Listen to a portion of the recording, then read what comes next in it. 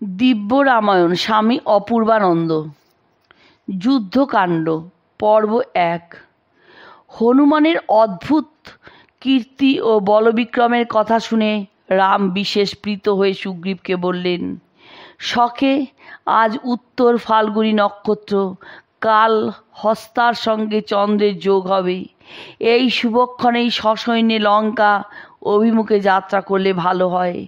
সেনাপতি নীল সহস্র সহস্র দ্রুতগামী সৈন্য নিয়ে পথ পরীক্ষার জন্য আগে আগে যাবে।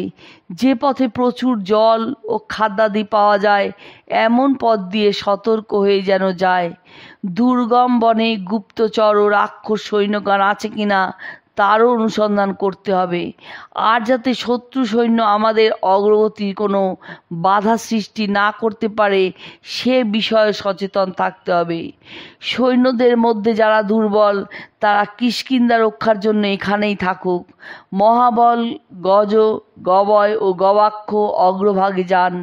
ঋষভ ও গন্ধমাদন দক্ষিণ ও বাম পার্শ্ব রক্ষা করুন। সৈন্যদলের মধ্যভাগে আমি থাকব হনুমানের সঙ্গে, আর লক্ষণ যাবে অঙ্গদের সঙ্গে।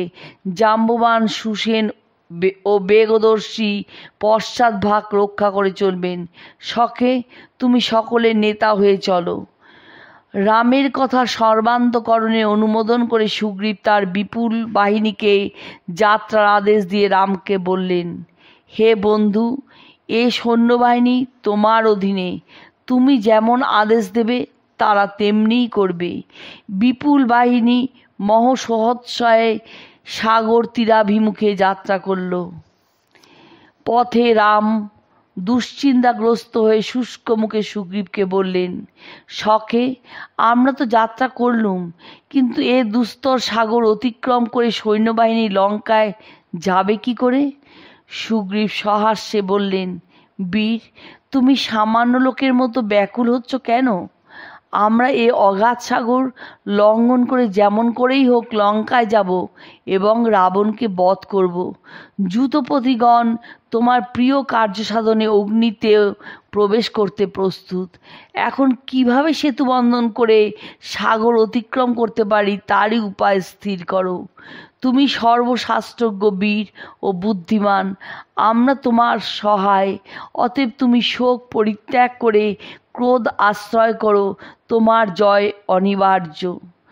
সুগ্রীবের কথা শুনে রাম ধনুর্বাণ হস্তে দীপ্ত কণ্ঠে হনুমানকে বললেন, তপবলে সেতুবন্ধনে বা সাগরকে ত্রাসিত ও শুষ্ক করে আমরা পরপারে যাব। সাগর অতিক্রম করার যোগ্য স্থান নির্ণয় করতে হবে। সাগর তীরে সৈন্য সমাবেশ। রাম লক্ষ্মণ যেতে যেতে বিবিধ শুভ লক্ষণ দেখতে পেলেন। নগর ও জনপদ অতিক্রম করে সৈন্যগণ দ্রুত এগিয়ে চলল এবং কয়েকদিনের মধ্যেই বন জঙ্গল পাহাড় পর্বত উল্লঙ্ঘন করে সাগর তীরে উপস্থিত হলো। বেলাভূমিতে পৌঁছে রাম সুগ্রীবকে বললেন, আমরা সাগর তীরে এসেছি। এই বেলাভূমিতেই সেনা সন্নিবেশ করো। ক্রমে সাগর অতিক্রমের উপায় উদ্ভাবন করব। রামের আদেশে সুগ্রীব বৃক্ষ সমাকীর্ণ সাগর তীরে সেনানিবেশ স্থাপন করলেন। সামনেই উত্তাল তরঙ্গমালা বিক্ষুব্ধ বিপুল বারিধি। উর্মিমালার সংঘর্ষে নিরন্তর শব্দ হচ্ছে, আকাশে যেন জয়ধ্বনি করছে। সচিবদের সঙ্গে রাবণের মন্ত্রণা। একক হনুমান সমগ্র লঙ্কা বিধ্বস্ত করে গিয়েছে দেখে রাবণ লজ্জিত চিন্তিত হয়ে মন্ত্রণা সভা ডেকে বললেন, একটা দূত এসে এ পুরী ধ্বংস করেছে। সীতার সঙ্গে দেখা করে কি গোপন পরামর্শ করে ফিরে গিয়েছে। তোমরা সকলে তা দেখলে। এখন রাম অসংখ্য সৈন্য নিয়ে লঙ্কা আক্রমণ করতে আসছেন। তার প্রতিবিধানের জন্য যা কর্তব্য তা তোমরা সকলে একমত হয়ে স্থির করো। রাবণের কথা শুনে মন্ত্রীগণ হুঙ্কার ছেড়ে বললেন, দেব, আপনি ত্রিলোক বিজেতা।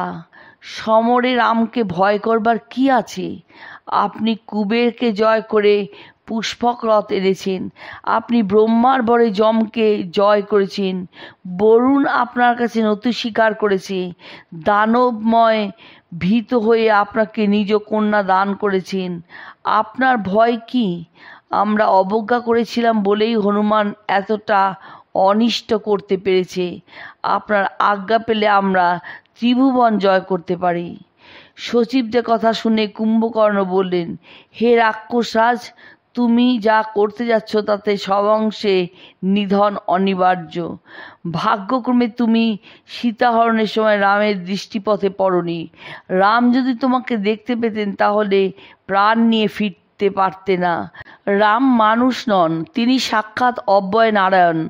আর রামপত্নী যশস্বিনী সীতা স্বয়ং ভগবতী লক্ষ্মী। তুমি না জেনে সীতাহরণ রূপ অনুচিত কর্ম করেছ। আমাদের সঙ্গে কোনো পরামর্শ করনি।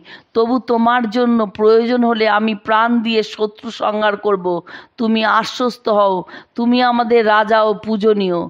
কুম্ভকর্ণের কথা শুনে ইন্দ্রজিৎ স্পর্ধা সহকারে বললেন, পিত, আমাকে অনুমতি করুন। রাম, লক্ষ্মণ, সুগ্রীব সহ যূথপতিতে সকলকে মুহূর্তে বিনষ্ট করে পুনরায় আপনার চরণ বন্দনা করব। আপনি নিশ্চিন্ত হন।